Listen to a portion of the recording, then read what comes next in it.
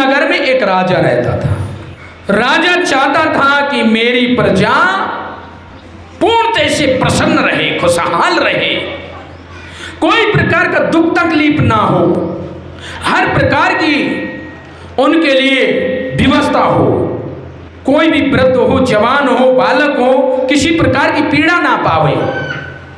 हर राजा सोचता है ऐसा, हर राजा प्रयास करता है ऐसा। ऐसे एक राजा जो प्रजा का बहुत भला चाहता था, वे इस प्रयास में था।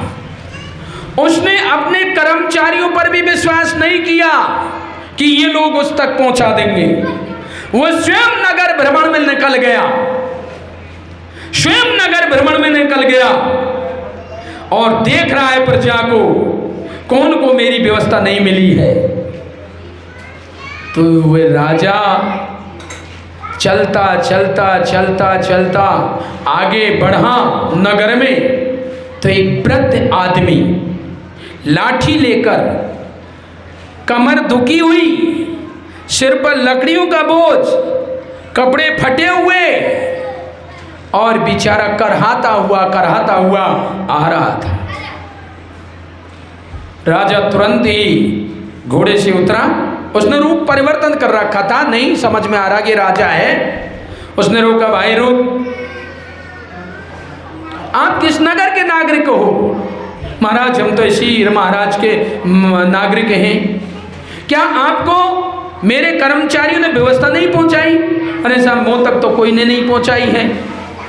आप क्या करते हो? उन्होंने बताया कि मैं लकड़ी काटता हूं रोजाना और उनको जला के कोयला बनाता हूं और कोयला जाकर बेचता हूं।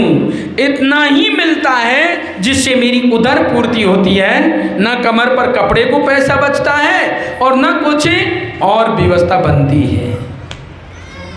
राजा के आंखों में आंसू आ गया कि बताओ, मैंने इतना चीज लुटाया, या तक कुछ नहीं आया। कहा मेरा असली रूप देख, मैं तेरा राजा हूं और मेरा संकल्प है कि मेरी हर प्रजा स्वस्थ रहे, सुखी रहे, भरी पूरी रहे। और तेरी ये दुर्दशा देखकर मेरा हृदय दया से भर रहा है। आप मांगिए, जो कुछ मांगना चाहे सो मांगिए। लगा महाराज मैं क्या मांगू, मुझ में क्या क्षमता है मांगने की, आप ही कुछ दे दो। राजा ने कहा मैं क्या दूं, ऐसा दूं जो सबसे श्रेष्ठ हो जाए। राजा ने उसको अपना चंदन का निजी बाग, जो ऐसे समय को रख रखा था कि यदि इसका एक पेड़ बेचकर यदि मेरे पूरे देश में अकाल पड़ जाएगा तो सबसे पूर्ति कर दूंगा, ऐसा चंदन का बगीचा कीमती एक ही साथ उसने उस लकड़हारे को दे दिया। मेरा चंदन का बगीचा मैं आपको सुपुर्द करता हूं, जिसकी एक लकड़ी की भी कीमत यदि समझ लेगा ना तो तू धन हो जाएगा, सारी गरीबी से मुक्त हो जाएगा, सारे दुख से तत्काल छूट जाएगा। परंतु तू सदुपयोग करना, मैंने तुझे बगीचा दे दिया है, तेरे हवाले कर दिया है। धन्य है महाराज, धन्य है महाराज, धन्य है आपने मुझे ये दिया। राजा प्रसन्न होकर अपनी राजधानी में गया। अब वे राजा सोच रहा है कि हो सकता है ऐसे कौन कौन, पता नहीं कितने लोग वंचित होंगे मेरे इस दया से, तो मैं चलता हूं, फिर पुनर्चलता हूं और फिर नगर का भ्रमण करता हूं। ऐसा विचार 1 साल के बाद में आया। राजा फिर चलता है, तो राजा चलते चलते चलते प्रजा को देखता है, तो फिर पुनः उसी मार्ग में वो एक बूढ़ा आदमी वही हालत में, वही लकड़ी लिए, वही मदद टेकता हुआ, लाठी करहाता हुआ आ रहा था। फिर रुका कि ये वृद्धों की क्या हालत बना रखी है लोगों ने। भाई उतरा। राजा ने कहा, भाई तू कौन है? अरे महाराज तुम नहीं जान रहे मुझे, क्योंकि वो पहचान गया ये तो महाराज हैं। आप नहीं पहचान रहे मुझे? मैं तो नहीं पहचानता हूँ, बताइए। अरे 1 साल पहले आप मिले थे, वही तो है ना आप? महाराज हैं हमारे, राजाधिराज हैं आप। अच्छा, तो आपकी ये हालत, ये क्यों हो रही है हालत? क्या तू बगीचा तुझे नहीं दिया किसी ने? कोई ने मना कर दिया? वही लकड़ी का बोझ ढो रहा है, वही कपड़े हैं, वही सारी स्थिति है, ये बदलाव क्यों नहीं आया? महाराज धन्य है आपकी दया को और धन्य है आपकी कृपा को। वे बगीचा तो मैंने सबको काट काट के कोयला बना बना के बेच दिया है महाराज, बीत गया है।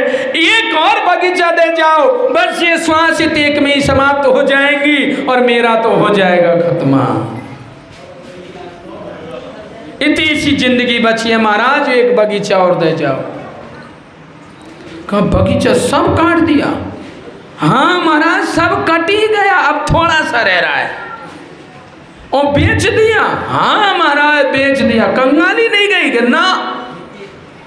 क्यों? क्योंकि मैं तो जब जंगल में घूम घूम कर काटता था, अब मैं एक जगह बैठ बैठ कर काट के माई जला के उनका कोयला बेचा। अबे मूर्ख, चंदन के कोयला की और साधारण कोयला की कौन सी कीमत अलग अलग होगी? अरे धिक्कार है तेरे जीवन को। यदि तू नहीं जानता तो दूसरे को पूछ सकता था। तू नहीं जानता था उसका प्रयोग करना, तो प्रयोग करने की विधि समझता। और कोई नहीं सुनता तो मैं तो तेरी सुनता ना। तू दुनिया के पास क्यों डोल रहा था? जब मैं तेरे से डायरेक्ट संपर्क में था तो तूने क्यों नहीं समझा? मेरी दया दृष्टि का आपने दुरुपयोग किया है। वास्तव में तेरी दुर्दशा तो यही होनी चाहिए। तू मेरी दया का अधिकारी नहीं बना, तू मेरी दया दृष्टि का अधिकारी नहीं बना। तुझे ऐसा बगीचा दिया और फिर बगीचा मांग रहा है, कैसे दे तू? वे लकड़हारे कहीं आप ही तो नहीं हो? जरा गौर करिए, वे लकड़हारे आप ही तो नहीं हो?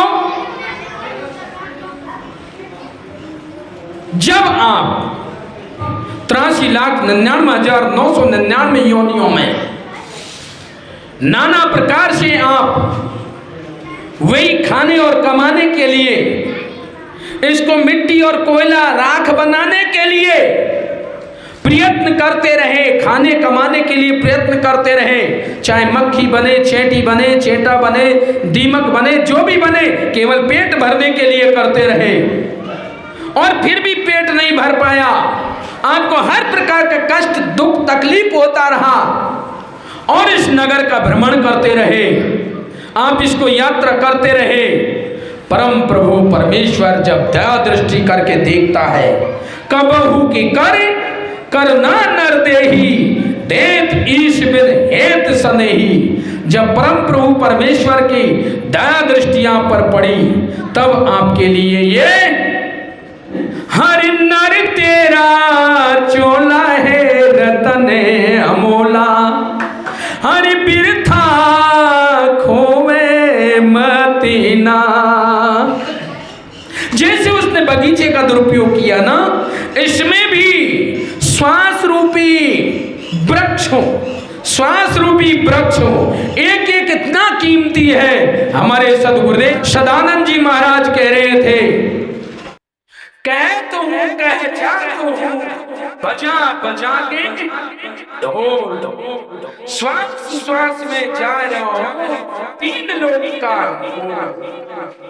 ये मनुष्य झोले में आप जो जीवन जी रहे हैं ना, इसके एक एक श्वास का मोल 3-3 लोगों का भी मूल्य नहीं चुका सकता, एक श्वास का। क्यों भाई? चाहे तो इस एक श्वास से आप परमेश्वर को प्राप्त कर सकते हैं और चाहे तो इन करोड़ों श्वासों से आप अपने पेट पूर्ति भी नहीं कर पाएंगे।